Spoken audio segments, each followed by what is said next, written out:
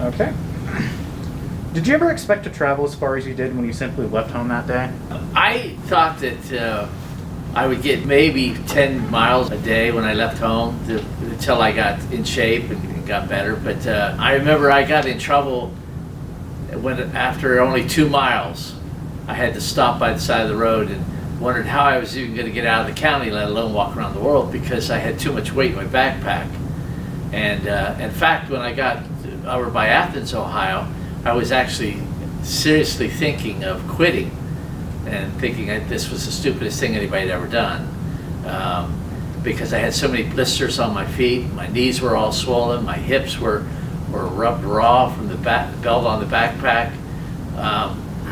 So it turned out to be a lot harder than I thought, especially those first 6 months until my body got adjusted.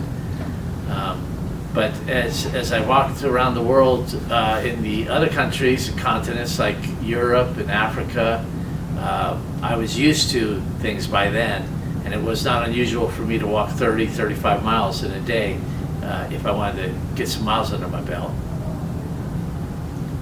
Okay. When passing through states, which one was your favorite?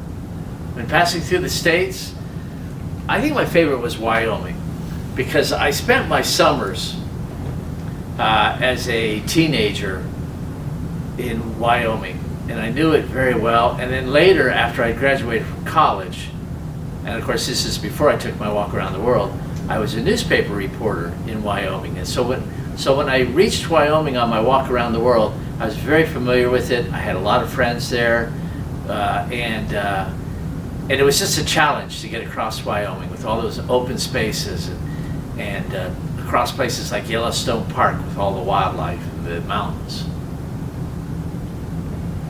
What country was your favorite? That's a hard question.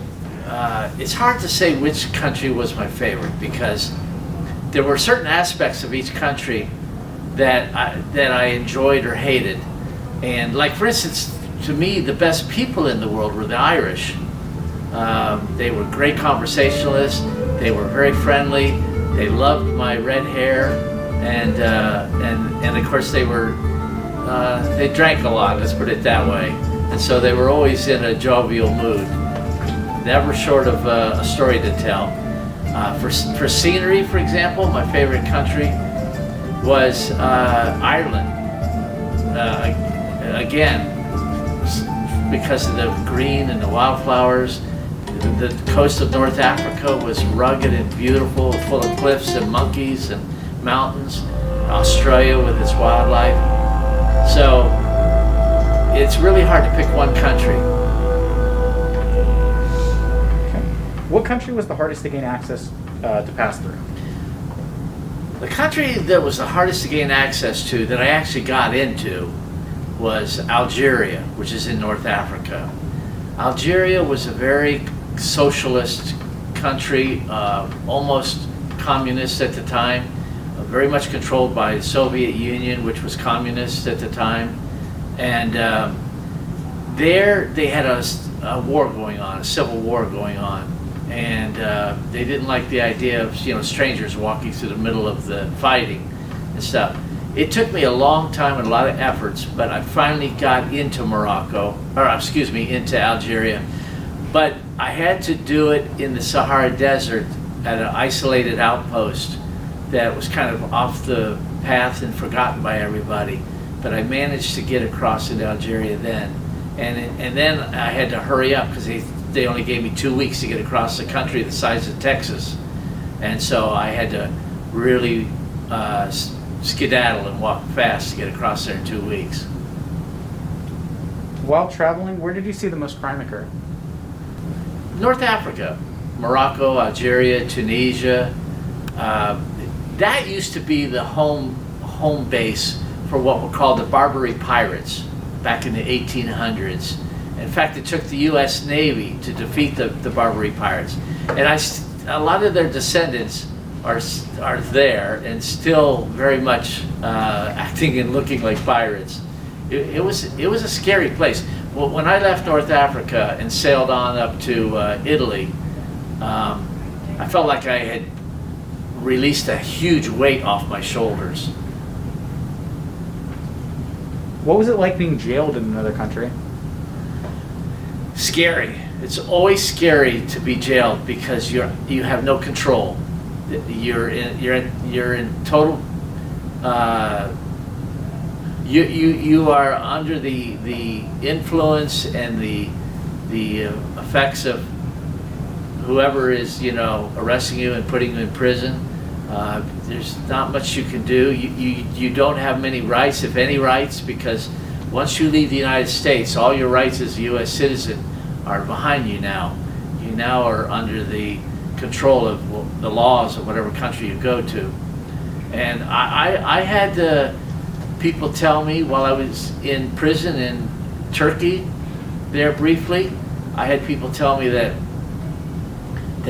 they were thinking of killing me, and that they could do it and get away with it because I was now under their law. So it's scary being so powerless and not knowing if and when you're going to get out. Did they just arrest you for the fact of you're traveling in their country? I mean, was there a specific The thing that got crime? me in trouble, the thing that always got me in trouble with the officials and got me arrested was my camera. I had a very sophisticated looking 35 millimeter camera for back then, and people were wondering. The officials would follow me, oftentimes in plain clothes, and they were watching me all the time, very, very closely. I mean, you'd be shocked how closely they were watching me. And sometimes they would follow me in cars all day long, 3 miles an hour. And they would get angry because I was taking pictures all the time, or they get suspicious and then would insist that I come back with them to the military base or the police station or whatever to be interrogated and questioned and detained. And they'd like to take the film, of course, out of my cameras, confiscate that. Eventually, I would talk my way out of it, but and usually get my camera back. But it was scary in the meantime. Which environment throughout your trip was your favorite? Which environment was my favorite? Oh, what a hard question. Because each had its own magic and charm. Believe it or not, I enjoyed very much the wide open spaces of Australia. I mean, Australia was like crossing a land ocean. And I was like a little ship out there. And literally, if the wind was blowing out my back in Australia, I would get an extra 5 to 10 miles of walking in that day. If the wind was blowing against me out there in those deserts, I would get 5 to 10 fewer miles that day than might be normal. And just to be able to see for miles and miles and miles, to see a storm coming at you from 20, 30 miles away, with lightning arching across the sky, and black clouds. It was very awesome, but also very frightening sometimes too.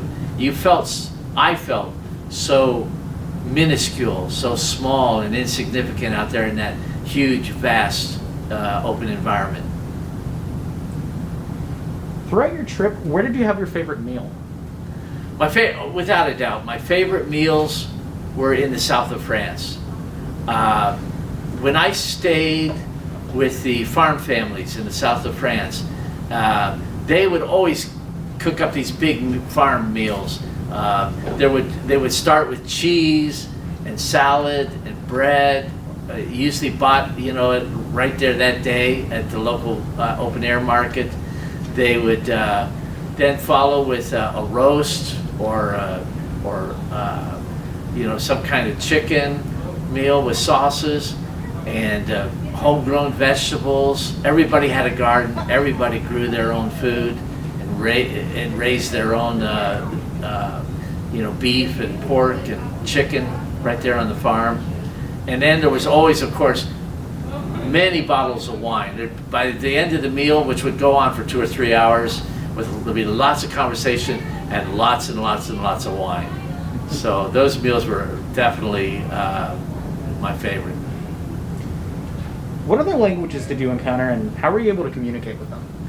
Language was my main problem. You know, you hear that most people in the world know English these days. That's not true at all, not even close. Probably 90-something% of the people I met in the world didn't speak any English, because I mostly stayed in the countryside, away from the cities for the most part. And people had no reason in the countryside, in the little villages and on the farms to learn English. And they might know, you know, a few dozen words, but that was about it. So we had to do a lot of communication with our hands, and a lot of guessing, and a lot of pretending. I spent the majority of my time pretending like I knew what they were saying, and I really didn't. And I'm sure they were doing the same for me too. But it didn't matter.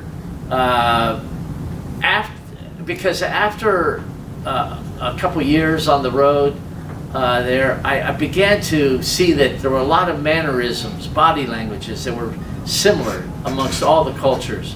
And I began to understand what people were telling me more by their body language than by the sounds coming out of their mouth. And of course, let's not forget there is a language of the heart. Even though we're all raised differently, we're all humans. And so we have a lot of the same expressions and feelings, and I would pick up on those. Okay. What sponsorships or jobs did you have to help with cost of travels? What kind of sponsorship did I have to help with the cost of my travels? Believe it or not, I had no sponsorship. I didn't want any sponsorship. I was a journalist, and I wanted everything to be spontaneous, and I wanted to be free to pursue any stories or things that came along, you know, to explore wherever I wanted to. I didn't want to have to worry about you know, representing some company or some other person or something, you know, and their reputation. I wanted it to be total adventure. And so I ended up paying for the journey around the world, the 4 years, out of my own pocket. And the way I had gotten the money was before I took my walk around the world, I spent 3 years working on drilling rigs, oil drilling rigs out west in Wyoming and Colorado. And because that paid a lot of money. And it was hard, dirty work, dangerous work. I have a lot of scars from that. Almost lost my hand at one point. But I put away $25,000 of that money to pay for my walk around the world. And then as I walked around the world, I wrote for several newspapers and magazines. And my photography and my stories, actually that money paid for the whole journey. I didn't even have to use the money from the drilling rigs. How often did you communicate with home? Communicating with home, now this is in the 1980s. And this is before the internet was available to the general public. This is before cell phones. Communication was mostly done by landlines, by telephone, by the ordinary telephone. And it was very difficult to communicate back home other than by letter or through my parents reading my stories in the newspapers and magazines. I probably communicated with my mom and dad back here in Bethel on the average of maybe once every 7 or 8 months. Because this is hard to believe, but when I walked around the world in the 1980s, from 1980, 83 to 87, half of the world back at that period had never spoken into a telephone. Now listen to what I'm saying. Had never spoken into a telephone. In other words, half the world had no access to telephones back in the 1980s. That wasn't that long ago. And so it was not unusual for me to walk across vast stretches of the world, especially in places like India, for instance, where there were only a handful, if any, telephones for people to access, to use. I would come into some villages in India, and there would be long lines waiting at what was called the post office, and that these were people waiting to use the one telephone that was in that village. And I remember asking this 80-something-year-old lady one time how long she'd been waiting to use the telephone. She told me 3 days. 3 days to use the telephone. And she was in her 80s and standing outside during that whole time. So telephones were difficult to access, and so thus communication to home was pretty rare. What was the wildlife like in Australia? Australia is one of my favorite countries because of the wildlife, because there was so many different animals. People don't realize this, but Australia has more things that can kill a man or a woman than any place else in the world. And walking by myself, I made very little, if any, noise walking across those sand dunes out there that make up the majority of Australia. And so I would come across wildlife all the time in its natural setting because they didn't know I was coming. They didn't hear me or catch wind of me, so to speak. And so I saw lizards 6 feet long. I even ate one of them one time with the Aborigines out there. They cooked it over a fire until it was black. Didn't take out any of the guts or the eyeballs or anything. We ate every bit of it except the hard black skin.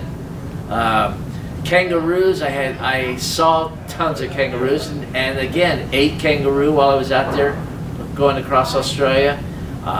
Met some of the meanest creatures in the world out there. Ants as long as your thumb that will attack you by the hundreds if they see you. Just, you know, snakes. I met the most poisonous snake in the world while I was out there in the middle of Australia, and ran like the dickens because I was afraid it was chasing me, and didn't. I thought I was going to die for sure, and I would have if it had bitten me that day. So Australia was a wildlife paradise, definitely. How did you obtain and maintain your water supply on your long walks? Good question. How did I maintain my water supply? As it turns out, most of the world is very heavily populated, much more than we realize. For most of my journey, I was never more than 2 or 3 miles from a farmhouse or a village of some sort. And so if I got low on water, I would just go to the door, knock on it, and ask very politely for some water to refill my canteen. Everyone in the world had no problem with that. The generosity was unbelievable. And in much of the world, most of the world outside of the United States, they have long histories that go back thousands and thousands and thousands of years. And they are used to travelers on foot, you know, from the monks of the Middle Ages to traveling salesmen and just homeless people. They've seen it. Their ancestors have seen it for thousands of years. They're used to people knocking on the front door and asking for a bite to eat or something to drink.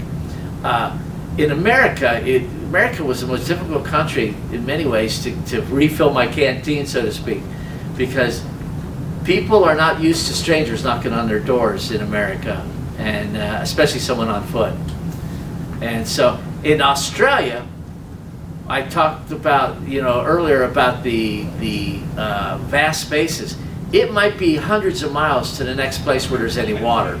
So I had to build a buggy, a cart with big knobby bicycle tires on it to pull behind me to carry to haul the water I need to get across the deserts. That was the only place in the world where I couldn't cross it just using my backpack. Speaking of that, when you were in the deserts, how did you manage to keep cool? How did I manage to keep cool in the deserts? Oh boy, I tell you, I had a black umbrella that I used when I crossed the thousands of miles of desert in Australia, for instance. And I had that over my head and open every day.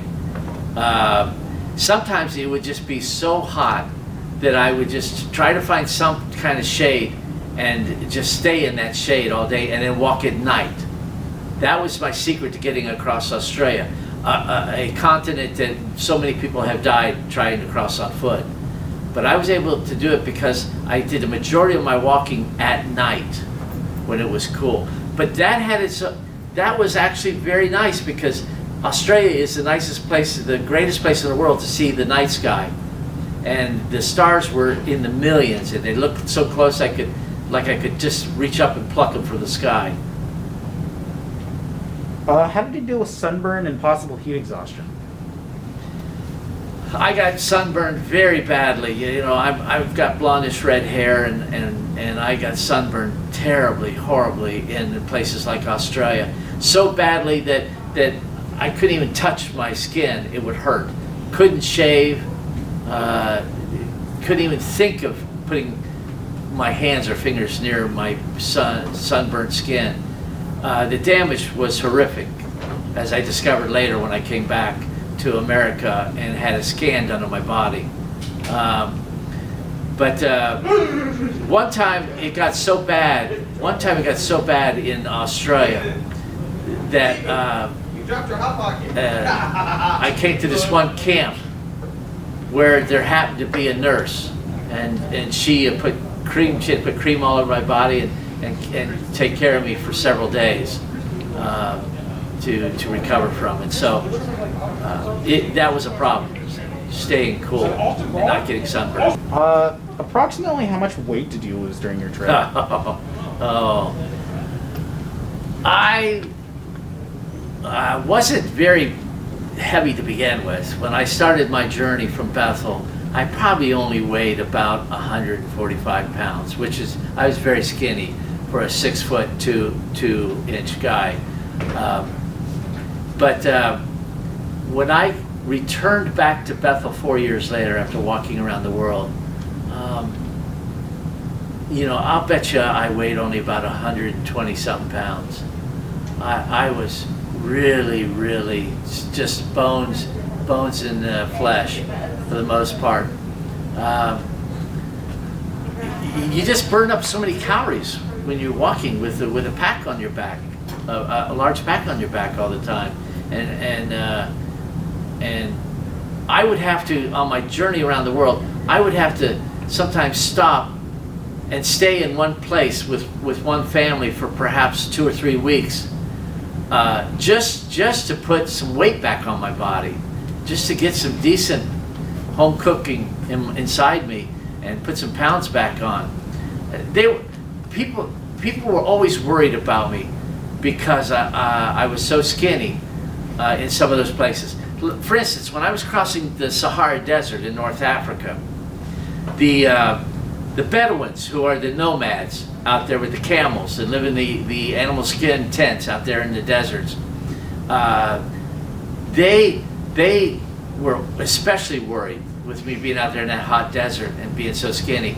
They would make me drink many times this concoction that they made up of sour goat's milk. It was so sour, so horrible. They'd leave it in the sun for days and days on end.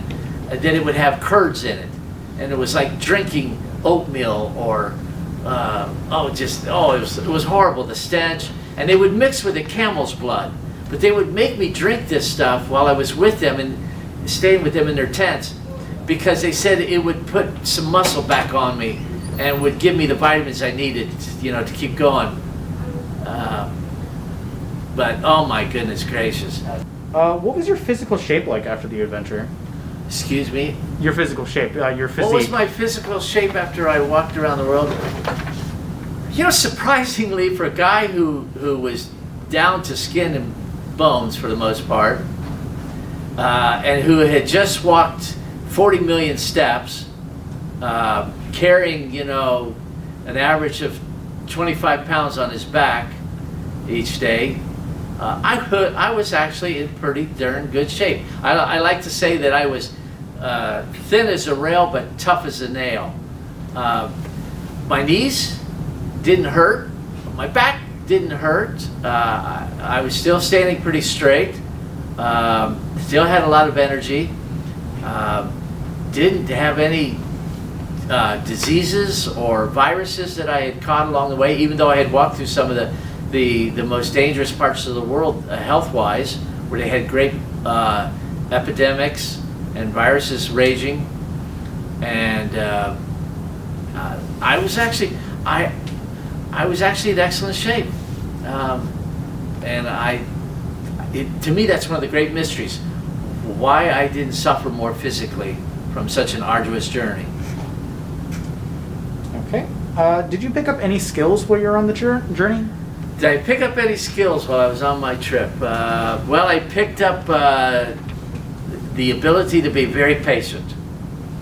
You don't walk around the world unless you have great patience, because you're not getting anywhere fast.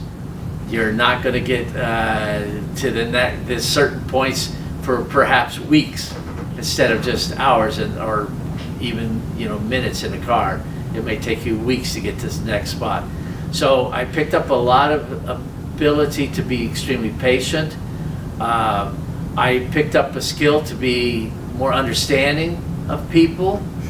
I picked up the skill to be more hopeful and optimistic. I saw how incredibly adaptive the human being is to his or her environments. That gave me a lot of hope for the future. It told me that humans we are a lot tougher, a lot more creative than what we realize, and that mankind still has a long and fascinating and fruitful future ahead of himself and herself. Okay. Have you managed to keep in touch with any of the people you met? I have managed to keep in touch with some of the people I met. Just the other day, I received an email from a dentist in Algeria. Remember, I told you that was one of the most dangerous places I had to walk across, and they had a war going on there. I received an email from a dentist in Algeria who I had stayed with when I walked around the world. In fact, his father had been tortured and hung by the other side. His father had been a rebel, and he was a young man, starting out as a young dentist. And I remember he took me to his dentist office one morning, and all he had for equipment as a dentist there in that poor country was a bowl for people to spit in and a pair of pliers. That was it. No Novocaine, no painkillers, no needles, no other things. That was his whole, that in a chair for his patients to sit in as he yanked out their problem teeth with his pliers. And now he said he was a grandfather. He's now grown, and he's a father and a grandfather, and he's just one of many people that I have still kept in touch with from my walk around the world. Okay. What was your favorite story or lesson that you were told during the trip? Oh my goodness! When I was coming home, back to Bethel on the final leg of my journey, I had no idea if anybody was even going to be there to say, welcome back. Because when I had left 4 years before, there were only about 24 people who said goodbye to me that rainy April morning in 1983. And I remember one young boy showed up just to tell me that his mother thought I was crazy. So they weren't necessarily all there, to send off me as a hero. Many of them thought I was being foolish to try to walk around the world. And I didn't know what to expect, but the morning that I woke up at East Fork State Park and walked those last 5 miles from Bantam down 125, down the shoulder 125 into Bethel, I grew more and more humbled and amazed. There were hundreds of people that came out to the highway to 125, parked their cars. There were hundreds and hundreds more that walked with me, carrying flags that had been made by local school children, wanting me to, you know, autograph this or that, or even hold their baby like a politician. There were helicopters overhead. There were policemen on horseback. And then I came into Bethel, and there were signs everywhere and banners, and there were hundreds more people waiting. It was very, very humbling, and it made me cry. I mean, I couldn't help but think, isn't it strange how you go from being an absolute idiot to a lot of people to a hero? But it was because, I didn't talk about it, I did it. And we admire tremendously in this country people who actually live their dreams. Do it, don't just talk about it. And we're a nation of doers, not just dreamers, but we're doers. And secondly, I think a lot of people showed up because I had written about a lot of the love and the kindness and the hospitality I'd met as I walked around the world, and the beauty. And I think people appreciated that, because so much of the news we read each day and so much of what we see on TV is dark and gloomy and pessimistic. It was nice to hear something optimistic and kind for a change. Positive, something positive.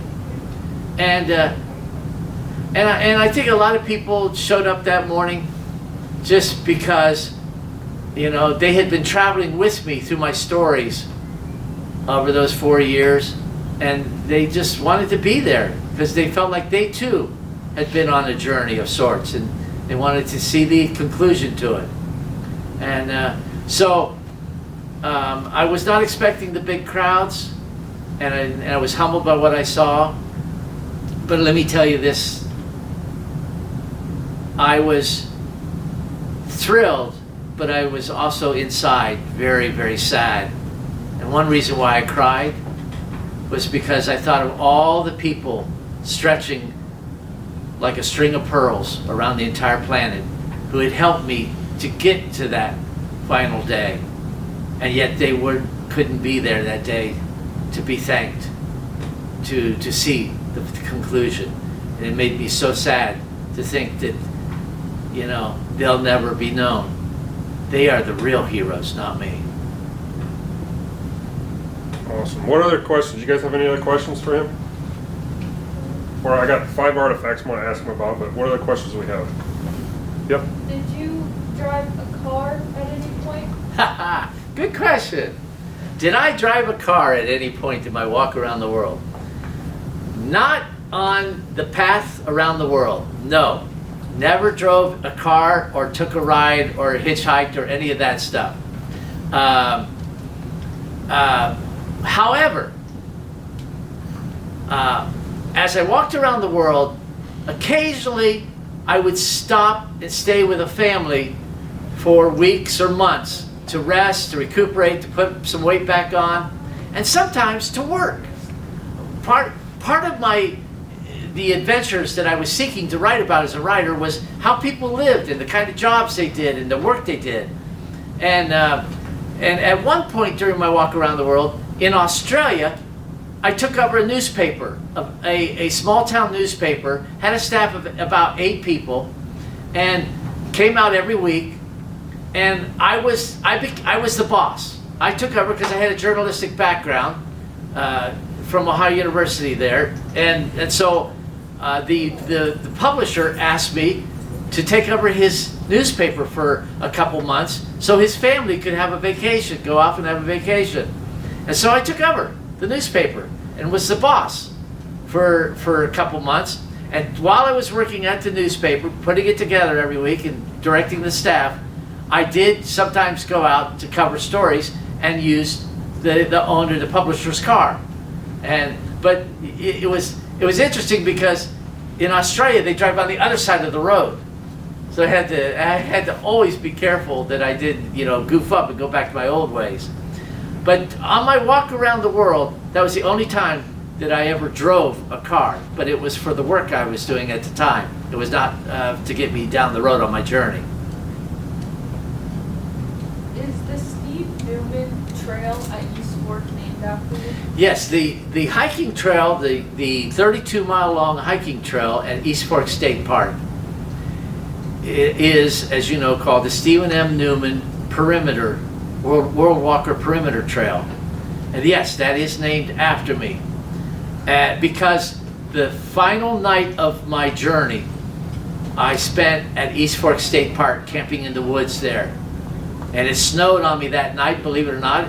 The next morning I got up, it was April 1, 1987, and there was fresh snow covering everything. And as to honor my journey around the world and to honor my including, East Fork State Park, they named the longest hiking trail in any of Ohio state parks after me. And they're doing further improvements to it. It's going to be even nicer in the next year or so to come. And they're going to, so enjoy it. I have hiked it, and it is a beautiful hike, and it is extremely challenging. Great question. Yep. What was the closest near-death experience? Closest near-death experience. Oh my goodness gracious. The closest I came to death on my walk around the world was in Thailand, which is over in Asia, south of China, near the equator. Extremely hot and humid. You think Ohio and Bethel has humidity in the summer. You haven't seen anything till you tried to walk in the jungles in Southeast Asia, near Vietnam there. It was so bad that the third day of walking through the jungles in Thailand there, I became very sick from the heat. And so it took me several days to recover from that. And then when I resumed my walk through the jungles south through Thailand towards Malaysia, I decided I would walk at night when it was cooler.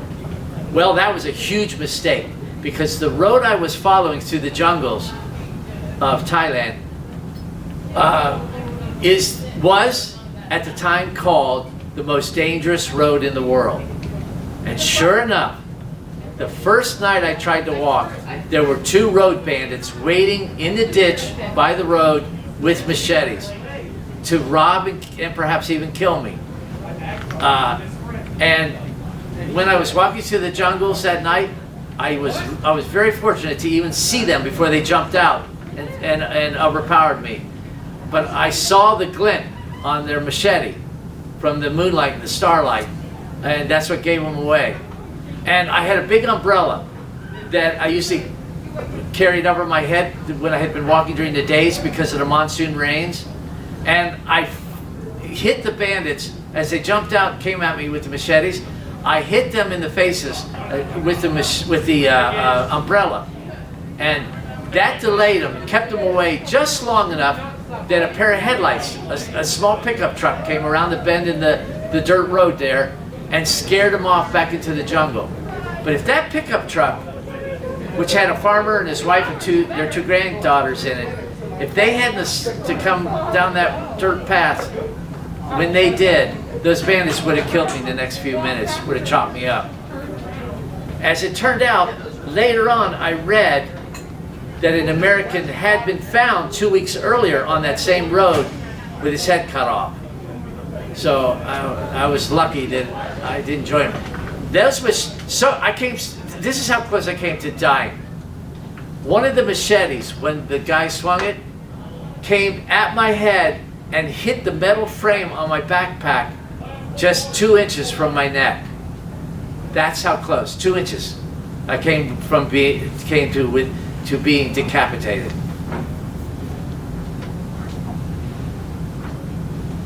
Any other questions? Did you put a scavenger hunt on that trail? Did I put a what? Isn't there a scavenger hunt on that trail? Is there a scavenger hunt on that trail? Is there a scavenger hunt on the World Walker Trail Yeah. at East Fork? There probably is, but I have never participated in it, so I can't say for sure. Yeah, sorry about that.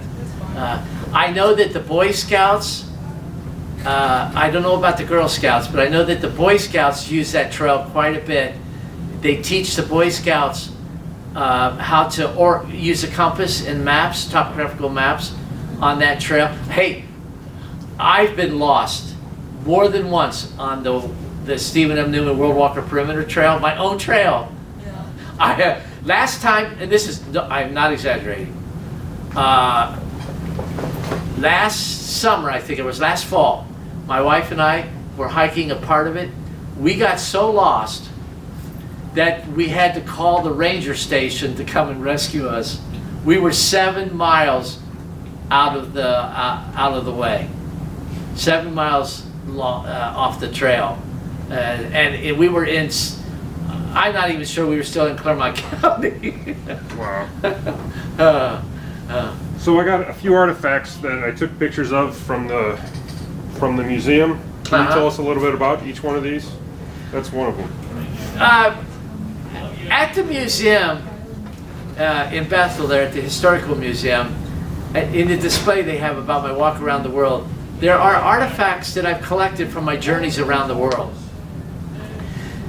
Most of the artifacts are from during the World Walk, but some are from after the World Walk. Here's another example of what I'm talking about. When I was in Turkey, I was arrested a few miles from the Iranian border, and I was beaten up very badly. Was imprisoned overnight, and actually crawled out of a window in this bunker-like prison they kept me in that night. I actually crawled out a window and went up into the mountains, and a man saw me, and he knew I was in trouble, and so he hid me for several days. And it turned out we got to talking, and I knew a lot of Turkish and a lot of Russian, which I studied at Ohio University, and we got to talking, and he asked me at one point. He said, "How much does a janitor in New York City make in America?" And I remembered back when I was walking through Manhattan, or the early part of my walk around the world, there was a janitor strike going on. And I read that some of the janitors made $70,000 a year. And this is in the 1980s. That's a small fortune. And I told him that, but I translated the $70,000 into Turkish lira, Turkish money, which came to like, $1 million or whatever. And he just was so astounded. And all he talked about for the next couple days as I recovered from the police beating was he wanted so much now to go to America and to become a janitor, so he could be rich. As it turned out, he was a janitor there in Turkey at the local school, which is a nasty job, believe me, because they didn't have flush toilets there. They had holes in the floorboards that the children squatted over. You imagine being the janitor and having to clean that up at the end of the day, every day, But he couldn't wait to someday, be a janitor in America. And that kind of story opened up whole new perspectives for me on what we represent to the world. It told me how fortunate and blessed I was to have come from a place like the United States, where so many people dreamed of going to, and to just doing menial jobs, type jobs, But to them, it wasn't menial at all. It was a door to a whole new future. So all these stories made me grow tremendously and made me a much wiser person than when I had left Bethel. If you were 23 again right now, would you consider walking around the world again in its current state? If I was 23 again, would I walk around the world in its current state? Now, this is 2021 we're talking about now. And we have COVID-19 virus raging around the world, among other things. But would I walk around the world now? Yes, I would. Yes, I would. And it's because I learned on my walk around the world that all the bad things you read about are actually a very small percentage of what's going on each day. The biggest percentage of what's going on each day in the world is simple acts of kindness and love and care. You know, parents caring for their children, somebody helping a stranger walking down the road, or somebody loaning money to somebody to chase after their dream. That's what's mostly going on each day around the world. And so I learned not to fear the headlines and the bad things. I learned that a lot of what we see about going on in the rest of the world as far as negative is actually greatly exaggerated, tremendously exaggerated. So never be fearful to go anywhere around the world, visit any place. There's no reason for that, believe me. I would still do it because the benefits I gained from my walk around the world far, far, far outweigh the pain and the loneliness and the heartache and the dangers that I went through. Okay. How do you feel like it would be any different if you were to do it then? Like, With all the technology and everything. With all the everything going technology on. that's going and stuff. Oh, you know what? Today, a walk around the world would be so different from when I did it in the 1980s. Actually, in the 1980s, I feel that I was at the very, very end of the old world, the old world. You know, all my stories that I sent back to America when I walked around the world were written by hand. And I had to find a post office somewhere and mail it there to America. I had to write everything longhand. I didn't have the privilege of typing it on a cell phone or a laptop or an iPad or whatever and just, you know, sending it to the internet, the World Wide Web, back to America. I didn't have that luxury at all. Today, it would be very, very different because I'd be in instantaneous touch with people. You know, when I walked around the world, there were times because of the lack of telephones and the almost non-existence publicly of the internet, there were times when I was walking around the world and I was literally out of touch with the outside world for months and months on end. Had I disappeared, had I been killed and left by the road or dragged off into the bushes somewhere by a wild animal, probably no one would ever have been able to figure out what happened to me. I would have disappeared permanently. And, you know, but today that'd be very hard to do. okay. And what was life after your travels were done? What was it like? What was life like after I walked around the world? It was actually, the magic never stopped. It continued for years and years and years, for decades. I mean, I don't even know where to start. The kindness, the hospitality, the honors, the gratitude even that people have shown me for taking my walk around the world.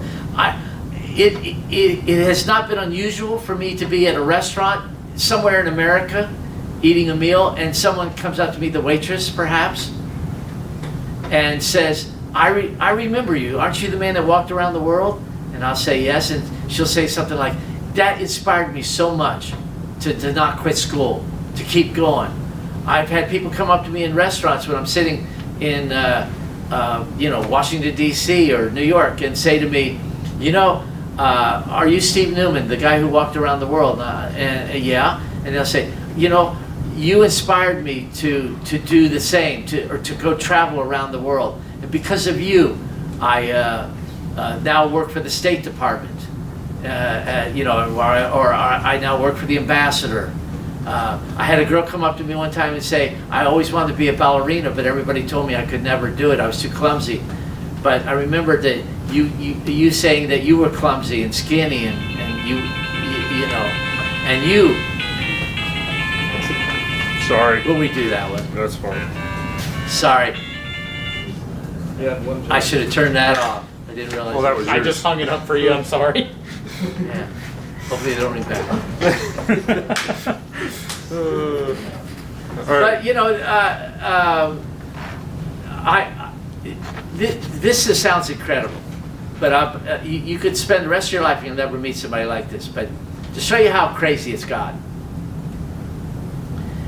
after I had finished my walk around the world, I got a phone call from someone in Japan, a very rich man, who was rather upset that I hadn't included Japan in my walk around the world.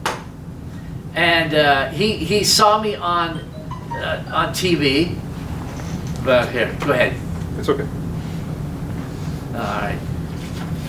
I got a phone call from a man in Japan who was very wealthy, and he was upset that I hadn't included his country in my walk around the world. And he said, would I like to come to Japan and explore it and share what I find there with my readers? And I said, sure. And he said, I will pay for everything. That was the beginning of a lifelong relationship where he would send me to all kinds of exotic places around the world: China, Taiwan, North Korea, South Korea, all kinds, Japan, and all kinds of other places too, at his expense, to explore them on foot, and then to share them with readers and my audiences at my programs and speeches. And he became a patron, a modern day patron that you used to read about in the Middle Ages. You know, patrons would pay for and support artists and explorers like Christopher Columbus, for example. He was a perfect example. And people paid for his journeys and supported him in his journeys. Well, that happened to me too because of my walk around the world. People wanted me to go out and to see more of the world and to share more of it. And so they paid exorbitant sums, you know, for the expenses and everything, for me to go for months on end to South America, Asia, you know, Europe, places like that, to do further explorations. So the walk around the world led to a much richer life for me, a much more rewarding life. And yet, keep in mind that when I told people before my walk around the world what I was going to do, almost everybody said that it could only end in tragedy and even death. That the world would never tolerate a lone American walking across its lands. And if I didn't get killed in a revolution or a war or by some terrorist, then I would end up succumbing to some disease or perhaps being killed in some natural disaster like an earthquake or a flood. But just the opposite happened. I got a follow-up question. So Yes. you mentioned you were able to, you'd write longhand to communicate with everybody. My wife was actually in second or third grade, and she sent you, and the class would send you letters, and she actually said she would get a letter back to her personally from you. I mean, were you responding to everybody that would send you, and how did they know where to send the letters to get them to you? There's a good story there. There's a funny story there. I received thousands and thousands and thousands of letters from people who read my stories when I was walking around the world. And I wasn't able to answer all of them while I was, and most of them were saved until I came home, back to Bethel. And then I got to them after the World Walk. And I tried to answer almost everyone by hand and personally. That's just the way I am. And it took probably a good year of my life altogether to answer most of these letters and stuff. But I thought it was important. So many people had taken the time and the effort to help me get around the world. I felt I needed to pay back some of that love and kindness. And I was honored that they had written to me in the first place. But to give you an example of how crazy it could be sometimes when I was on my walk around the world, I called my editors at the Columbus, Ohio Dispatch newspaper. I called them and said, that I was in Turkey and that I was going to try to cross the Iran and I might disappear off the radar, so to speak, for a few months. one of my editors said, Steve, we have people calling in and writing in every day wanting to know how to get a hold of you. I said, well, let's do this. Why don't you tell them to send their letters to me in care of the main post office in New Delhi, India. And when I eventually get there in another 6 months or a year or whatever, I will go to the main post office and see if the letters are there. Well, eventually, months later, I got to New Delhi, India. And I walked into the post office, the main post office in New Delhi. New Delhi is a huge city, tens of millions of people. And I walk in there and I introduce myself to the little brown clerk behind the desk there. And I said, my name is Steve Newman. You may have some letters waiting for me that have come for me. He looked at me. His face got very, very, very dark and red. And he was clenching his fist. He was so angry. He jumped up from behind that desk there and he said, "You're Mr. Steve Newman?" I said, "Yes." And he goes, "Where the hell have you been?" He said, "We have been getting letters from America, from Columbus, Ohio, for you for months and months." He said, and he said, "Why haven't you picked them up? Where have you been?" And I said, "Well, I'm walking around the world." And I said, and I walked here, literally. And he goes, they have been piling up and piling up and piling up here. And he showed me a pile this high, 4 feet high and probably 4 feet wide, sacks just full of letters from America. And he had to go get 2 boys off the street to help them drag all those sacks and I got a cheap hotel room so I could sit in there and read all these letters and try to answer them all.